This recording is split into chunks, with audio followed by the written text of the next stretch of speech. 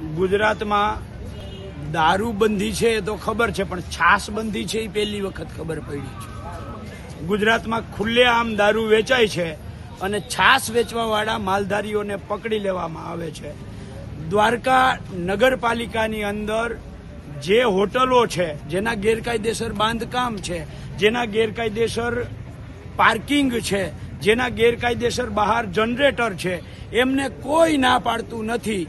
અને એક લારી ગલ્લાવાળો છે, પાથરણાવાળો છે, જે પોતાનું રોજે રોજનું પેટીયું રડે છે, એવા લોકોને 10-10 દિવસથી ધંધો કરવા દેવામાં આવતો નથી. એવા લોકો જે છે એમની રેકડીઓ ઉપાડીને નાખી દીધી છે. એનો માલ ખાલી કરવાનો પણ સમય આપવામાં ન આવ્યો. એટલે આજે આ લારી ગલ્લા પાથરણાવાળા જે છાસ વેચવાવાળા માલધારીઓ હતા એ તમામ લોકો સાથે મળી અને આજથી પ્રતિક ઉપવાસ સવારના 10-11 વાગ્યાથી સાંજના 4 વાગ્યા સુધીના પ્રાંત કચેરી ઓફિસ સામે પ્રતિક ઉપવાસમાં બેઠા છીએ.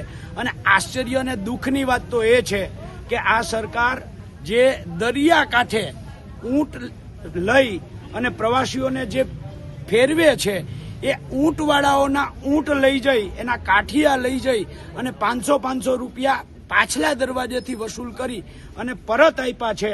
એટલે સાબિત થાય છે કે જો તમે મોટો હપ્તો આપો તો તમારો ગેરકાયદેસર બધું જ માફ. જો તમે હપ્તો ના આપો તો તમે કાયદેસર ધંધો ના કરી શકો.